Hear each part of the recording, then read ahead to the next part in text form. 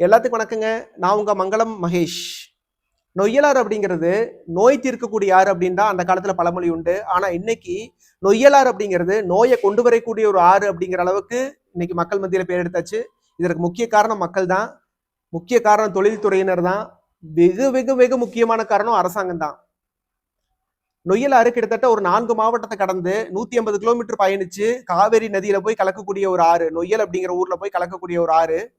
இந்த ஆறு ஒரு காலத்துல இந்த 150 கிலோமீட்டருக்கு சுத்தி இருக்கக்கூடிய மக்களுக்கு ஒரு குடிநீர் ஆதாரமா விளங்கக்கூடிய ஒரு ஆறா இருந்தது. ஆனா இன்னைக்கு கோயம்புத்தூர்ல தொழில்துறையினர் தொழில் கழிவுகள்லாம் ஆரம்பிச்சு, திருப்பூர்ல சாயப்பட்ட தண்ணி கலக்க ஆரம்பிச்சு, இங்கிருந்து போகும்போது கோழிப்பண்ணை கழிவுகள் ஆரம்பிச்சு, அத்தனை கழிவுகளும் பயணிக்கக்கூடிய ஒரு ஆறா வந்து நொய்யலாறு மாறிடுச்சு. பல வருஷமா பல விவசாயிகள் அமைப்பும் நொய்யல் மீட்பு குழுவினரும் போராடி வர்றாங்க இந்த ஆத்த காக்கணும்னு. கோர்ட்டு கூட பல தடவை சொல்லிருச்சு. 2014 ஒரு தீர்ப்பு கூட வந்ததா எனக்கு ஞாபகம் இருக்கு. நொய்யலாத்தி சுத்தி இருக்கக்கூடிய ஆக்கிரமிப்புல கிளியர் பண்ணி கொடுக்கணும் அப்படின்னு அரசாங்கத்துக்கிட்ட வேண்டுகோள் வச்சாங்க. வேண்டுகோள்னு சொல்ல முடியாது, ஆர்டர் போட்டாங்க. ஆனா இன்னைக்கு வரைக்கும் அது முழுசா பண்ண கிடையாது. கண்டெம்ட் ஆஃப் த கோர்ட்ல போயிட்டு இருக்குது. பல தொண்டு நிறுவனங்களும் ரோட்டரி அமைப்பு போன்றவங்களும் முயற்சி பண்ணி பார்த்தாங்க. அவங்களாலே முழு மூச்சா பண்ண முடியல. அதுக்கான ஒத்துழைப்பு பொதுமக்களிடமும் அரசாங்கத்திடமும் கிடைக்கல.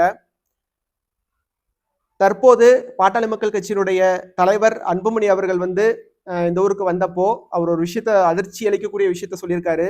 எங்களுக்கெல்லாம் தெரிஞ்சதுதான் திருப்பூர்ல இருக்கிறவங்களுக்கு. ஆனா வெளியிருக்க மாவட்ட மக்களுக்கும் தமிழ்நாடு முழுசும் இருக்கக்கூடிய மக்களுக்கும் இது ஒரு ஃபிளாஷ் நியூஸா தான் இருக்கும்.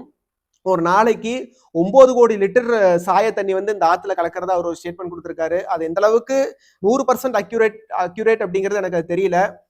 ஆனாலும் அது அதிர்ச்சி அளிக்கக்கூடிய விஷயம்தான். இத்தனை மறுசுழற்சி மையங்கள் இருந்தும், அந்த நீர் சுத்திகரிப்பு நிலைகள் இருந்தும், ஆத்துல இத்தனை லட்சம் லிட்டர், இத்தனை கோடி லிட்டர் சாயப்பட்ட தண்ணி கலக்குது அப்படின்னா உண்மையாலுமே வருங்காலத்தை நம்மளே அழிச்சிட்டு இருக்கோம் தான் அர்த்தம்.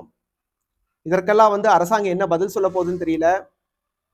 ஒரு அரசாங்கமும் பொதுமக்களும் ஒன்று சேர்ந்து இந்த நொய்யலாத்தை காப்பாத்தலைன்னா வேற யாருனாலையும் காப்பாற்ற முடியாது. எப்படியோ போயிட்டு ஆறு எப்படியோ போயிட்டு போகுது, குட்டை எப்படியோ போயிட்டு போகுது, குளம் எப்படியோ போயிட்டு போகுதுன்னு நம்ம நாகரிக மேம்பாட்டை நோக்கி தான் நம்ம போயிட்டு இருக்கோம். அடுத்த தலைமுறை நம்ம கண்ணு முன்னாடியே அழிய போகுது தெரிஞ்சதுக்கு அப்புறமும் நம்ம இந்த நொய்யலாத்தை மீட்காம இருந்தோம்னா இந்த சுத்தி இருக்கக்கூடிய அந்த ஆற்றை சுத்தி இருக்கக்கூடிய கிராமங்கள் இருக்கக்கூடியவங்களா சுகாதார சீர்கேட்டால கண்டிப்பா பாதிப்படைவோம். நிச்சயமாக பொதுமக்களும் அரசாங்கமும் அரசியல் தலைவர்களும் சேர்ந்து இந்த ஒரு நதியை காக்க வேண்டும் என்பது என்னோட கோரிக்கை.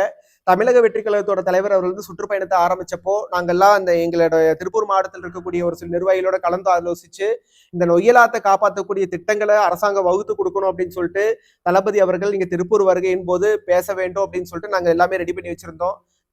திட்டமிட்டபடி திருப்பூருக்கு தலைவர் அவர்கள் வந்திருந்தா நிச்சயமாக அவர் நொய்யலாற்றை பற்றி பேசியிருப்பாரு. ஆனா தவிர்க்க முடியாத ஒரு சம்பவத்தால, யாருமே விரும்பத்தகாத ஒரு சம்பவத்தால, எல்லாரும் வருத்தப்படக்கூடிய ஒரு கரூர் சம்பவத்தால இந்த திருப்பூர் வருகை நிறுத்தப்பட்டது. ஆனால் பரவாயில்ல, இது ஒரு ஆறுதலான விஷயம். எங்க தலைவர் ஒரு வாயிலிருந்து வராட்டியும் பரவாயில்ல, அன்புமணி ராமதாஸ் அவர்கள் வந்து இந்த நொய்யலாத்தை பத்தி பேசியிருக்காரு. யார் நல்லது செஞ்சாலும் கண்டிப்பா தமிழக வெற்றி கழகம் வரவேற்கும். நாங்க செய்யவிருந்த விஷயத்த, தமிழக வெற்றி கழகம் செய்யவிருந்த விஷயத்த பாட்டாளி மக்கள் கட்சி கையில் எடுத்திருக்காங்க. அவங்க கூட சேர்ந்து அவங்க முன்னெடுத்தாலும் சரி, அவங்க எந்த போராட்டங்கள் பண்ணாலும் சரி, மக்களுக்காக ஒன்றிணைஞ்சு தமிழக வெற்றி கழகம் போராடும். இயற்கையும் இயற்கை சார்ந்த சூழலையும் இயற்கையோன்று ஒன்றிணைந்து மக்கள் வாழக்கூடிய சமுதாயத்தையும் உருவாக்க தமிழக வெற்றி கழகம் என்றைக்கும் போராடும்.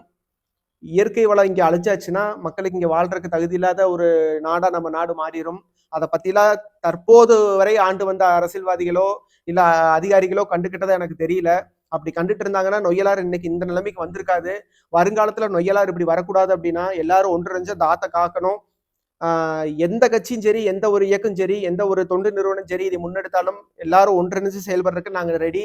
உங்களோட எல்லா கோஆர்டினேஷன் நாங்க கண்டிப்பா பண்ணுவோம். வருங்காலத்துல ஒரு ஆரோக்கியமான சமுதாயத்தை உருவாக்க, நெகிழியில்லா தமிழகத்தை உருவாக்க, மாசில்லா ஒரு தமிழகத்தை உருவாக்க, கட்சி வேறுபாடின்றி, இன மொழி வேறுபாடின்றி, மத வேறுபாடின்றி அனைவரும் ஒன்று சேர்ந்து பாடுபட வேண்டும் என்பதை வலியுறுத்தி விடைபெறுகிறேன். நான் உங்கள் மங்கள மகேஷ்.